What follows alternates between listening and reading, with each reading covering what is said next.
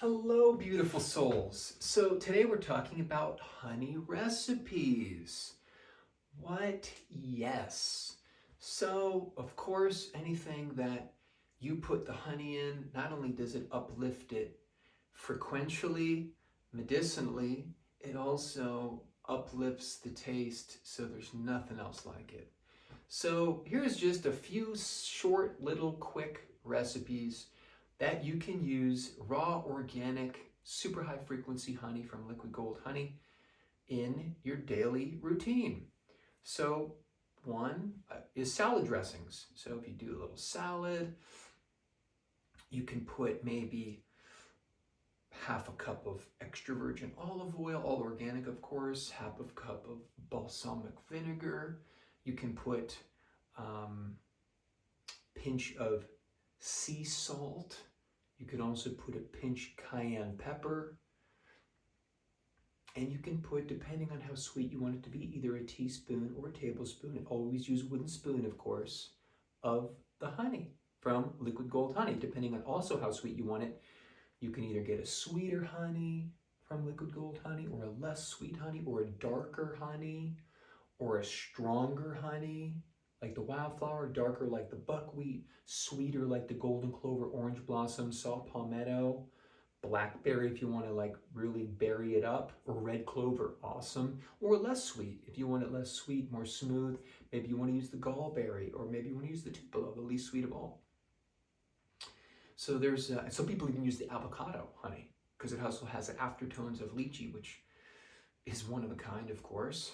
And the wildberry, that's very versatile. So there's a few great options, and then you just stir it up, using your wooden spoon or wooden fork or whatever, and just drizzle it over your salad. Mwah. Best salad ever, of course, whatever kind of salad it is. And you could put spinach, you could put mangoes, you can put, sliced thin red onions. You could put some tomatoes, whether they're cherry tomatoes, sliced tomatoes. You can put some avocados on there. I mean, so many things. Geez, you're making me hungry. So, okay, that's one of the recipes.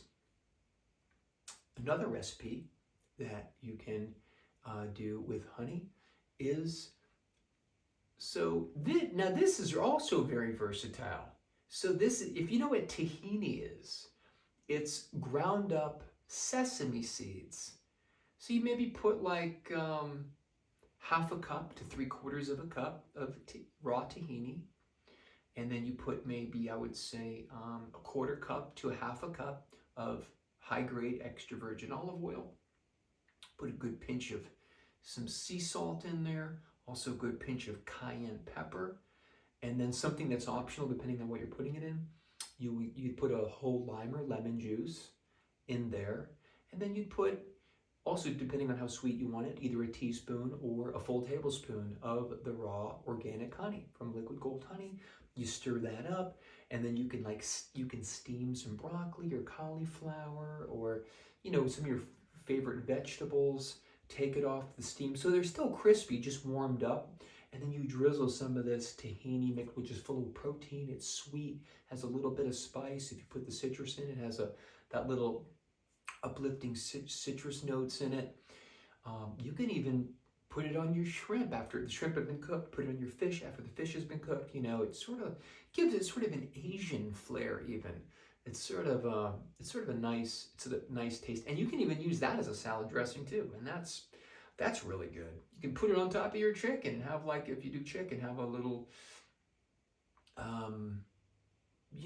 Asian chicken taste. If it's grilled chicken or boiled chicken or whatever you do with that. Or you can just make like a stir-fry vegetable and, have your rice, have your vegetables, and then just drizzle this right on top. Like I said, it's loaded with protein, it's sweet, it has that little bit of spice, and it is delicious. So there's a couple recipes with the tahini and honey, of course.